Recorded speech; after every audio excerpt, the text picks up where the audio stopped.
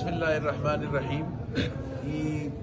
इस वक्त अल्हम्दुलिल्लाह ये सैकड़ों की तादाद में हजरात तारीख़ी मस्जिद महाबत खान में जमा हैं और ये पैगाम देना चाहते हैं अपनी पाक फ़ौज को, जनरल हाफिज़ आसिम मुनीर को कि आसिम मुनीर कदम बढ़ाओ, हम तुम्हारे साथ हैं।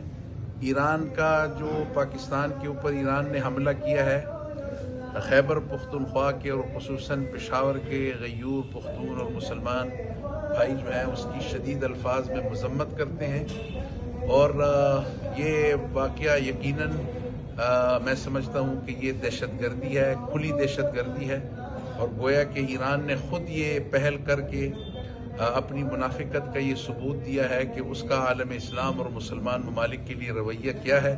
अगर ईरान वाकई मुखलिस था तो ये हमला उसको इसराइल पे करना चाहिए था, जिसका वो हमेशा दावा करता है, लेकिन इसराइल का तो वो कुछ नहीं बिगाड़ सका। अपने ही बिरादर इस्लामी मुल्क के ऊपर जो है उसने हमला करके अपना वो चेहरा जो वो दिखा दिया है आलम इस्लाम को, जिसके मुताल्लिक अक्सर ये कहा जाता है कि ईरान में मुनाफिकत भरी हुई है। बहरहाल हम उस हमले की भी शदीद अल्फाज में मजम्मत करते हैं और पाकिस्तान ने जो जवाबी कार्रवाई की है अल्हम्दुलिल्लाह दिल ठंडा हो गया है और सारे पाकिस्तानी अवाम उस पर खुशी का इजहार भी कर रहे हैं और उस पर फ़ख्र भी करते हैं।